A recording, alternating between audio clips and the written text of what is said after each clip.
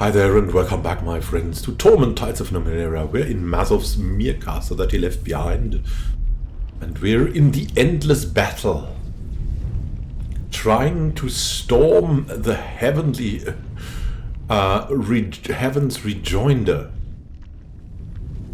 which is a thing that can change history, to make our reconciler, that is also a thing that can change history, active again. Seems like the white nests are dangerous. Tell me more about these white nests. The white nests, says Lovak, are the catacombs where the Chalcodon breeds his Stratharian war moths. My goodness, that sounds like Saruman. A horrible place. I don't know what the tunnels were originally used for, but now they are a tangled mess of webs and larvae. It's filled with traps, since the enemy knows that tunnels are a vulnerable approach. But the real danger is the moths themselves, horrible creatures whose phosphorescent glow withers the flesh and maddens the mind. He shivers. Once they sense your presence, they will not rest until you're dead. Won't be an easy approach by any means. And the reality storm? We and the Changing God have used the Reconciler of Truth and Heaven's Rejoinder so often and at such cross purposes that there are places in the no man's land between our front lines where no single reality holds sway. Fractured ripples of possibility drift across the field like squalls of rain, changing all in their path and offering entry into other times and versions of the present. And of course, once one enters a different version of reality, then all the shards one encounters in that reality are different too. Else it's the less deadly route, but it's still possible to be lost forever in such a maze. Well, we have more intellect than combat prowess. So I'll find the saboteur before he breaks the Reconciler, no matter what time or reality he does it in. Novak nods, then looks at the others. Any objections to Bericle's choice? I approve, says the caster with two mouths. It can be done quickly and the risk is low. And if Bericle is lost, says the caster in red armor, can try the assault I suggested with someone else running through the white nests. Very well, says Slovak standing. Bericle, these are the gloves of the saboteur. You'll use these, their scent and their ties, to navigate the shards and find your man. Under heavy guard and with force fields and temporal randomizers in place, Slovak escorts you to the edge of no man's land. Is scarred with trenches and thick with roiling smoke, but more unnerving are the drifting shards of time and reality that cross it like summer storms. In one, great armies move, in another, towering constructs with glowing eyes burn the homes of fleeing villagers, and on and on. Lovak points ahead. There, somewhere, is your path. Use your instincts to hunt this villain down, but take care. Too many jumps and you will enter realities where the storm is fading, the shards closing. You could be trapped in a distant reality with no way back. Thank Lovak, then walk toward the storm of shards, holding the saboteur's gloves in one hand. Strange as it seems, the scheme seems to be working. Some of the shards do not have the right smell at all, and you are able to discount them entirely. Some are harder to decide upon, but eventually you are able to narrow it down to three. A moonlit lake, a canyon full of glancing sun and fitting shapes, and a storm of swirling chaos.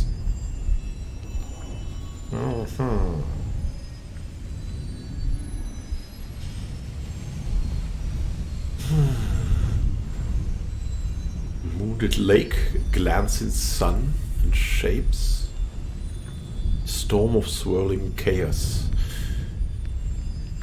Oh, let's choose the moonlit lake. But that seems so peaceful. Maybe we should choose the storm of swirling chaos. Yeah, that's what this game is too. Insects swarm around you in great clouds, their buzzing becoming an inhuman howl. Then you notice that they are not insects, they are tiny constructs. It's Iron Storm. They're also not interested in you, though they bump into you constantly. Instead they are battling each other, circling and swooping at impossible speeds. It's a vicious battle, and it appears has been going on for some time. You are knee-deep in tiny carcasses. Ahead of you the insects buzz in and out of the drifting shards of the reality storm.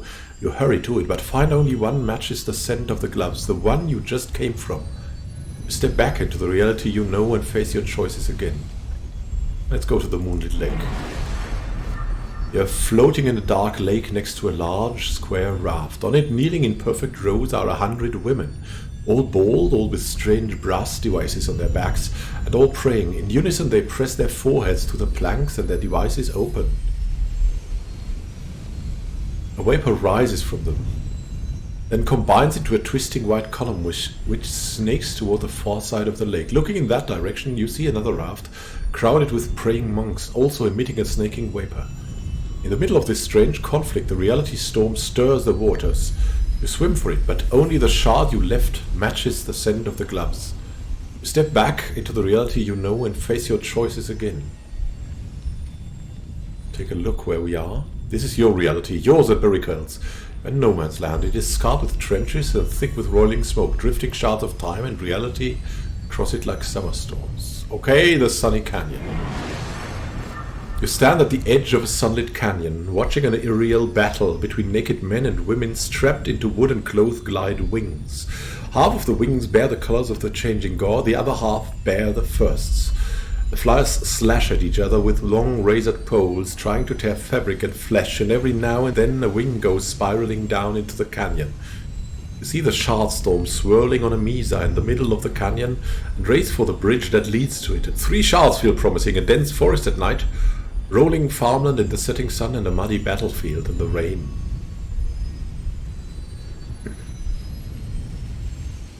Let's go for the rolling farmland.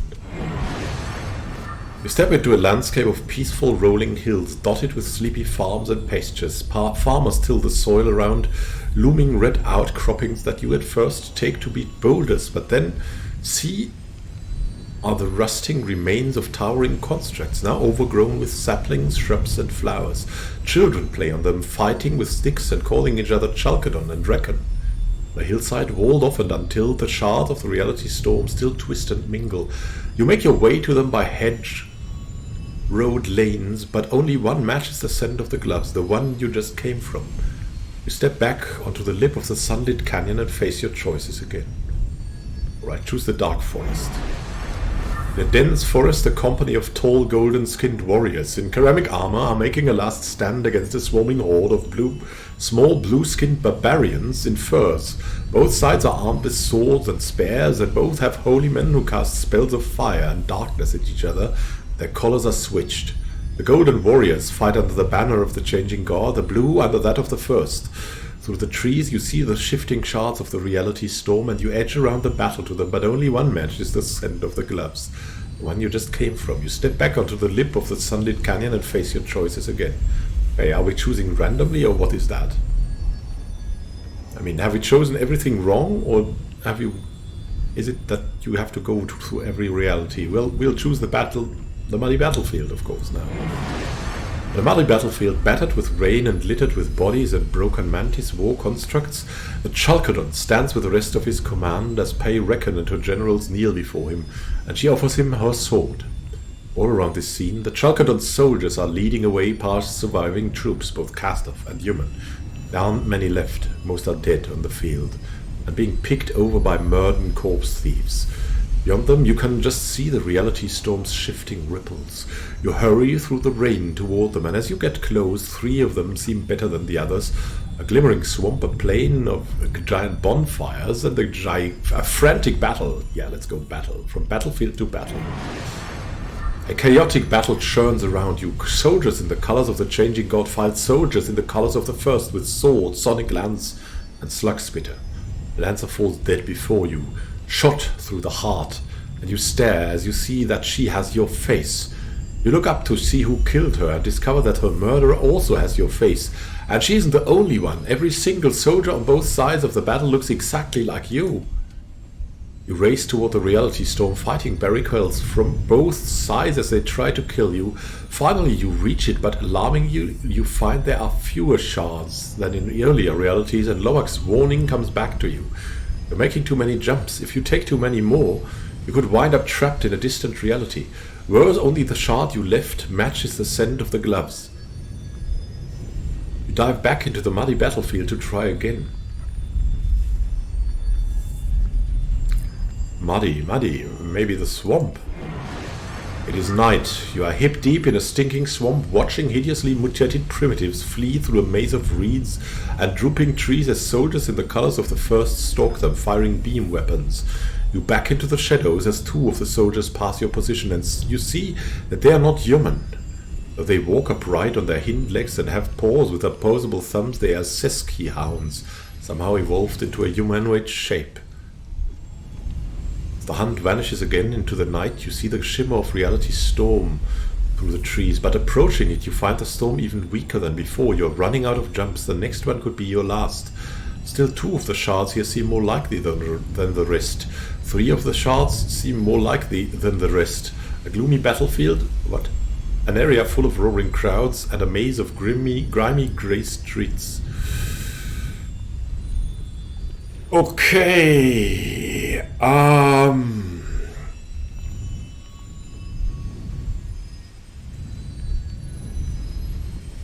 It's still a battle, right? Let's choose the gloomy battlefield. A train of transports glides to a stop on a desolate battlefield, and Paj Reckon steps out with her command and looks around. For as far as the eye can see, the field is covered in corpses, both outcast and human, burned to sticks inside their uniforms. There are no living troops at all. The only movement is the roiling smoke that rises from the broken skulls of shattered war machines. Paj chokes to see it all. Is this what victory looks like? She asks, then hangs her head. What have we done? What have we done? Off to the west, half hidden in a grey haze, the reality storm churns. You edge from view and scurry toward it. And as you near it, you see looming within a shard the massive form of the Reconciler of Truth. Without hesitation, you leap through.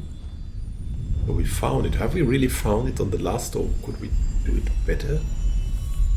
Landing near the Reconciler, you see none of the guards you usually protected, nor the walls or doors that shield it. In fact, it isn't in its chamber at all. Instead, it seems to be in some sort of bubble outside time and space. You circle it and find crouching by the far side of it a wiry man in dark armor focused on cutting through its metal skin. You recognize him as Saronth, one of the Chalcodon's wiliest operatives, whom Barikwell has tangled with more than once. As you creep up to him, he whips around, alarmed. He throws his hands in front of him, pleading, "Brunner!" He gasps, "Wait, hear me out. I have information you need to know."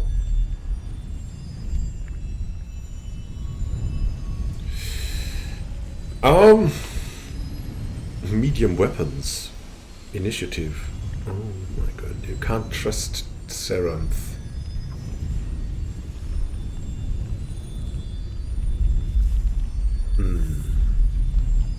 Why would he say something like that? He throws his hands in front of him. So he's stopping his task. Yeah, he can tell us. You know that the Sorrow has destroyed Miela West, yes? Well, know that this was your commander, Paj Reckon, who dropped the compound's shields and allowed it to enter. That is why she was there, and how she escaped in time, he snarls, overcome. Miela West has always been a place of peace. Paj broke that truce. So many of our brothers and sisters dead, more than ever died in this foolish war. He looks you in the eye. I know you to be an honorable opponent, Brunner, but your leader is savage and insane. If you care for the future of the Castavs, go back to her and confront her. Stop her from killing any more of us. Yeah, go and I will consider it. Otherwise, you think I'm going to fight Barikwell, the living blade? I'm no fool. He bows and steps away from the Reconciler, then turns and dives through a reality shard and his gun. As he leaves, the bubble around the machine fades, and it returns to its proper place and time. You turn to the shards to do the same. You retrace your steps through the reality storm and return to Lovak's bunker. He greets you with open arms and a smile. Success, my friend. Whatever you did, the Reconciler is operational once again, and we have recovered our recent losses. I've told Paj Reckon of your heroism, and she wants to thank you personally. Go to her now. She's in the Bloom, meeting with a Memovira. I believe she has more work for you there. Saranth told me Commander Reckon was the one who turned off Miela's shields, allowing the Sorrow to kill our siblings. Lovak scowls. Lies, most likely, and to turn you against our commander. I would not speak this foolishness to her when you see her. It will lower her opinion of you. Now go.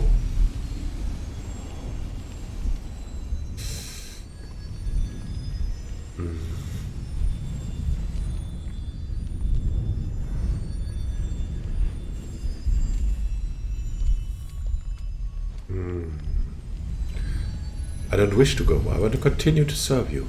What you or I want matters not, says Lovak. If the commander orders it, it will be. Now off you go. With a bow, you leave the bunker and find the she-drake roost. There you mount the drake the grooms have saddled for you and fly towards Sager's cliffs. When you reach it, you bank toward its base and the land near the living mountain of flesh is the bloom. The guards at the nearest orifice tell you Pudge Reckon is with the Memovira, and after entering and traveling through the Bloom's canals, you reach her fortress. Her guards admit you without a word, and you are ushered into an antechamber and told to wait. From behind a door you hear the voice of Pudge Reckon, raised in frustration. The sorrow is strong enough to enter Miel the West, Pudge is saying, and it's our primary enemy. We must either finish the changing god quickly or unite with him to destroy it. A voice who recognizes the Memovira's answers, You have it reversed, sister. We will use the sorrow to destroy the changing god. All we must do is turn it his way. Pudge groans, and I'm to take this message to the survivors, that they should let the monster which killed us walk free? Hoping it might strike our enemy first? Why don't you tell them, sister? Why not reveal yourself at last? The door slides open and the Memovira enters. It isn't time, she cuts off as she sees you. Who is this? Pudge enters the room behind her, then nods. Berikael, the loyal blade you asked me to send for, and it seems she has already learned your secret. Memovira gives you a hard look. Then she had better be loyal indeed. Introduce us. Berikael, says Pei. May I present the first, our brave leader, so brave she's hidden behind my skirts. Over 100 years. Enough, Pudge. Snaps the first, then looks you over. I asked Commander Reckon to bring me her best. For in the coming days I will have need of an agent who will act without flinching, no matter what the order. Is that you, Berikael Brunner? Are you ready to do anything to stop the changing god?